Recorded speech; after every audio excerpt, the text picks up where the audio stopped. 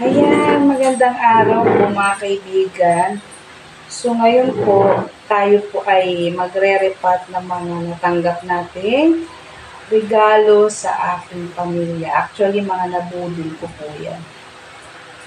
Sabi ko, pahingin naman po ako ng gift. So ayan, dumating po nung kahapon, Sunday. Ayan. So ngayon, gusto ko silang iripat na sa ganun, may isabit ko na sila at wala na akong iisipin. Kumbaga, panatag na ako na okay na sila. So, ito po yung ating 8 Phalaenopsis. Blooming size and then medium size po sila. At ito po yung ating mga media na gagamitin. So, nag-chop po ako ng coconut husk. At saka meron po tayo dito uling. So, ito binasak ko mga kaibigan kasi tinadtad ko siya para yung alikabok hindi po mapunta sa atin, hindi natin ma-absorb. So, medyo niliitan ko. Yan. At saka po, ito po yung ating acacia bark na kinuha ko sa pool nung nag-swimming. Ayan po ang aking pinag-aabalahan, hindi po ako naligo. So, ito po yung tinose ko na siya. So, na-sterilize ko na po. Toaster. Ayan, using ang ating toaster. Ayan. So, safety na po silang gamitin at medyo ikakat ko lang sila ng medyo maliliit. So, ito yung ilalagay kong toppings. At ito po yung pot na gagamitin ko how I wish na okay sila dito. So, ayan, mag-i-start po tayo. Ayan, ito nga po, hindi na po ako maglalagay ng butas kasi i-evaporate naman po yung ating tubig sa mga tagiliran kasi butas-butas po yan. At saka una ko pong ilalagay yung ating uling na sa ganon ay ito yung mag-absorb ng ating tubig. And then, ang sunod ay yung ating konti lang ilalagay ko po na coconut husk. So, hiniwa-hiwa ko lang po sila. Nasa ganun, medyo lumiit. Ayan. So, una, maglalagay po ako ng uling. Ayan. Para yan po yung mag-hold ng excess water kasi hindi na po ako nagbutas. Ayan, pwede na po yan. And then, maglalagay po ako ng konting coconut husk. So, yan. Pwede na yan. And then, ito po yung ating uunahin. Yan. Actually, malaki siya. Dapat mas malaki pa. Pero, okay na po ito sa akin. At time will come, baka oobserbahan ko po muna sila kasi hindi po ako talaga sanay sa pot pagka-Phalaenopsis. Mas gusto ko sana sila na nasa nasa mounting.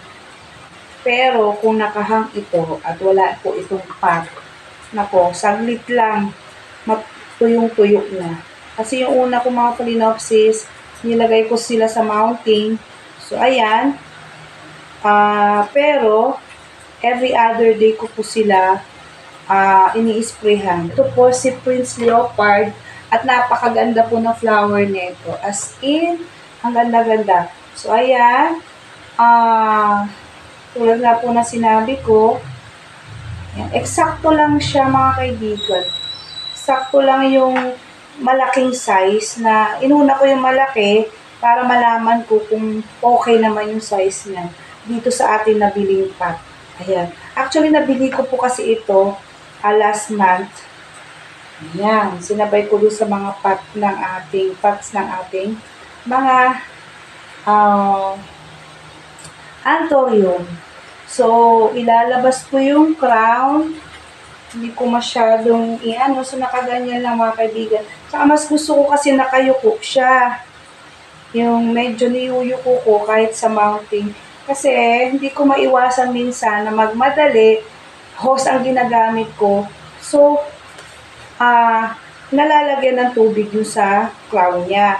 So, ang nangyayari, pagka medyo tabingi po kasi na ganyan, ay tutulok. Yun. So, yun ang ginawa ko po sa mounting. medyo tinabingi ko po talaga sila. At saka ang kainaman sa mounting mga kaibigan, binabaliktad ko yung kahoy kasi nakatapit sila. Binabaliktad ko na ganyan pag nagmamadali ako sa ilalim ko, ini-sprayhan na sa ganon ay hindi mabasa o hindi magkaroon ng stock water dun sa crown. So, yan, maglalagay lang po ako ng onting coconut husk. Yan. Para i-push niya paharap. Yan. So, yan, medyo tabingi na po mga kaibigan. Yan. And then, maglalagay po tayo ng acacia bark. Wait lang. Maglalagay po ako sa ilalim kasi may mga bakante po doon sa ilalim. So, madali lang po ito hati-hatiin. At saka pag tinutoast po ito, tumitigas din. Ayan. Alam po natin sila kung saan nila gusto pumunta. Ayan. Ayan po. So, dapat nakaganyan po yan. Tinatabingi ko po siya ng ganyan. Sa ganun, ito po ay madrain po yung tubig po dyan. So, ayan mga kaibigan, pasensya na po kayo sa aking boses. At hanggang ngayon, sadyang malat pa rin po ako. Kanya nga lang sa kagustuhan ko po mairipat na itong mga to. At wala na po akong iisipin sa dami po ng trabaho natin. Ay singit-singit lang naman po ang ating pag-video. At higit sa lahat sa ating pag-i-edit. So, yan mga kaibigan. Ganyan po ang itsura. So, nilabas ko po yung mga active roots. Yan. May mga onti siyang sphagnum moss na natira. Hindi ko talaga totally tinanggal lahat. Nasa ganun mag-hold ng moist. Ayan. So, okay naman po sila dito. Sapat. So, under observation pa po natin kung sila po ay magiging komportable sa ating ginawa. Sa ating pagre-repat. So, ayan. Ilalagay ko po dito. And then, ito po so, itataob ko lang po mga kaibigan kasi wala pa po ako nagagawang tawag niyan, ID. So, ito, itataob ko yung una, ibig sabihin yung unang nakahilera. Yun po yung una natin nagawa. So, number 2, ayan. Kung titignan nyo po ito mga kaibigan, sana nga maging okay siya. Ayan. Medyo dilaw po yung loob. At saka, sana maging okay siya. Hindi ko alam kung, so hindi ko po muna ito ire-repat. Siguro, hahang ko ng patiwarik, baka sakaling, iniisip ko kasi baka napasukan po ng tubig yan sa hardin, hindi nila napansin, and then naibigay po nila sa atin. Ayan. Sana maging okay po siya. At ito po si Lightning, kasi baka tatanggalin ko dito, and then itatali ko siya sa alambre, and then nakaganyan muna siya. So, hayaan ko muna siya ma-ventilate. Ito yung isa pang malaki. At ito po si Sweetheart. So, tatanggalin ko lang. Medyo malayo po kasi yung aking camera kasi gumagalaw siya pagka nakapatong sa ating lamesa. Ayan. Maski dito mga kaibigan, wala po siyang dead roots. Oh, lahat po healthy. Ayan.